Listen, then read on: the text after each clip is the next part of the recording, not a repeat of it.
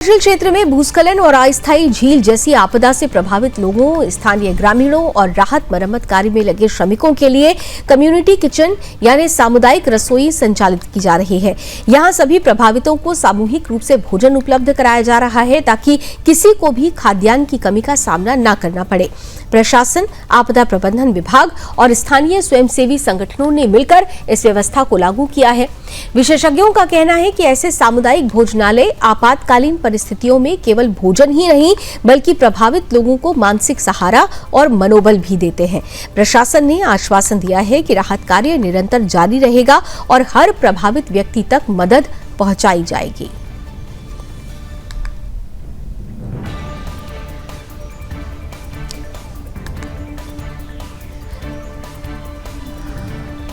और आइए इस खबर पर हमारे साथ फोन लाइन पर उत्तराखंड ब्यूरो चीफ कृष्णा कुमार जुड़ चुके हैं। कृष्णा, सबसे महत्वपूर्ण ये होता है कि जब ऐसी कोई प्राकृतिक आपदा आए, ऐसी मुसीबत आए तो मदद के हाथ आगे आए, और ये जो कम्युनिटी किचन का कॉन्सेप्ट है वो इसी तरफ इशारा करता है। अब तक मैं आपसे जानना चाहूंगी कि धराली में परिस्थिति कहां तक अब कंट्रोल हो चुकी है। एक तरफ ये कम्युनिटी किचन चल रहा है, दूसरी तरफ बहुत सारे लोग हैं जिनको सुरक्षित स्थानों पर ले जाया जा रहा है, और साथ ही साथ जो मलबा जहां एकत्रित हुआ था, जो रास्ते अभी तक बंद थे, क्या उन्हें खोल दिया गया है? ये पूरी जानकारी आप विस्तार से दीजिए।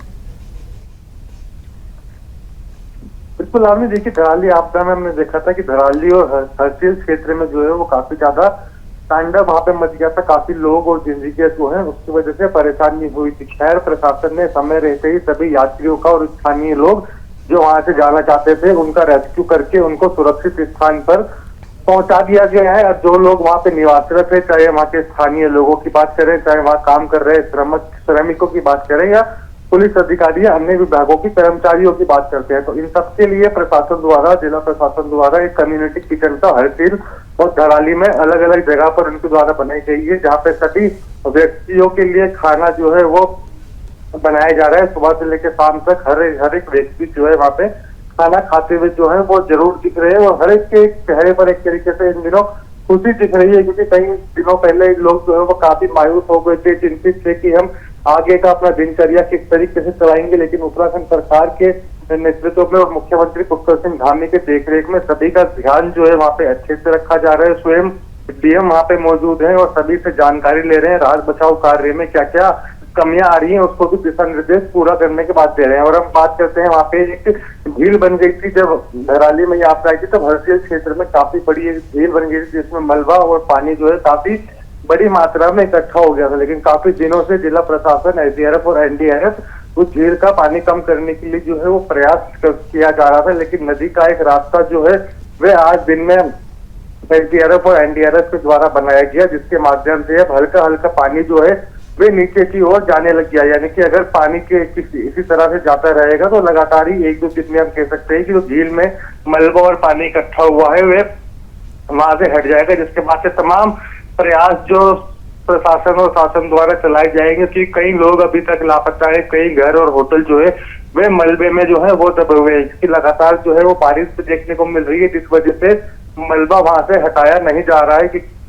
कल परसों भी हमने देखा था जेसीबी मशीन और अन्य मशीनों के माध्यम से मलबा हटाने का वहां से प्रयास किया गया था, क्योंकि सर्चिंग डॉग को जो है वो उनको भी लेके चलाया जा रहा है, उनका भी सहारा जो है वो लोगों को ढूंढने के लिए लगाया जा रहा है। तो जहाँ पे भी एक तरीके से इशारा सर्चिंग डॉग द्वारा किया जा रहा है, तो वहां पे भी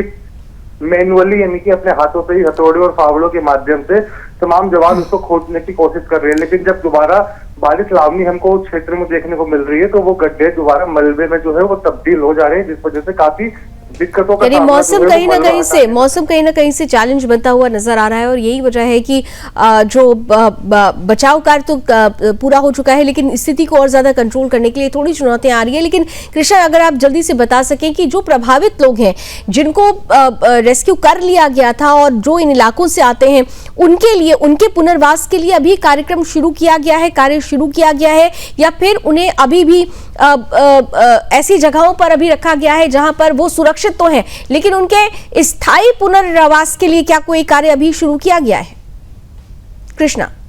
बिल्कुल, आपने देखिए अभी सिर्फ जो है वो प्रशासन द्वारा आकलन किया जा रहा है, क्योंकि मैंने जिस तरह से पहले बताया काफी बड़ी संख्या में घर और होटल दुकानें जो है वो अभी भी मलबे में तब्दील है। उनके ऊपर से मलबा हटाना जो है बाकी है। फिलहाल सभी लोग जो वहां पर रहना चाहते थे, स्थानीय लोग थे, इस जगह को छोड़ के नहीं जाना चाहते थे, उनको प्रशासन ने एक सुरक्षित कैंप में जो है वो रखा गया है, जिसके पास ही कम्युनिटी किचन जो है वो बनाई गई है। सभी लोगों को खाने पीने का सामान जो है वहां से उपलब्ध करवाया जा रहा है और उनसे कहा जा रहा है कि अभी कुछ टाइम आप रुकिए, जब यहाँ से मलबा हटा लिया जाएगा, पूरा एक तरीके से आकलन पूरा कंप्लीट हो जाएगा, उसके बाद ही आपके रहने का जो है वो सोचा जाएगा। अब इस जगह पर कुछ लोग रहना चाहते हैं तो कुछ लोग रहना यहाँ पर नहीं चाहते। उनकी ये मांग है कहीं और सुरक्षित जगहों पर उनको जमीन और घर जो है वो दोबारा बना के दे दिया जाए, लेकिन सरकार के द्वारा इस पे विचार लगातार जारी है और सरकार ने ये भी कहा था कि हम हर संभव सहायता जो है वो आपदा पीड़ित बिल्कुल, परिवार की करेंगे। आपदा पीड़ितों को हर संभव सहायता और हर संभव जो मदद इस वक्त जरूरत है, उनको जिस मदद की, जिस सहायता की, उसे पूर्ण करने का पूरा प्रयास न केवल सरकार द्वारा बल्कि प्रशासन द्वारा और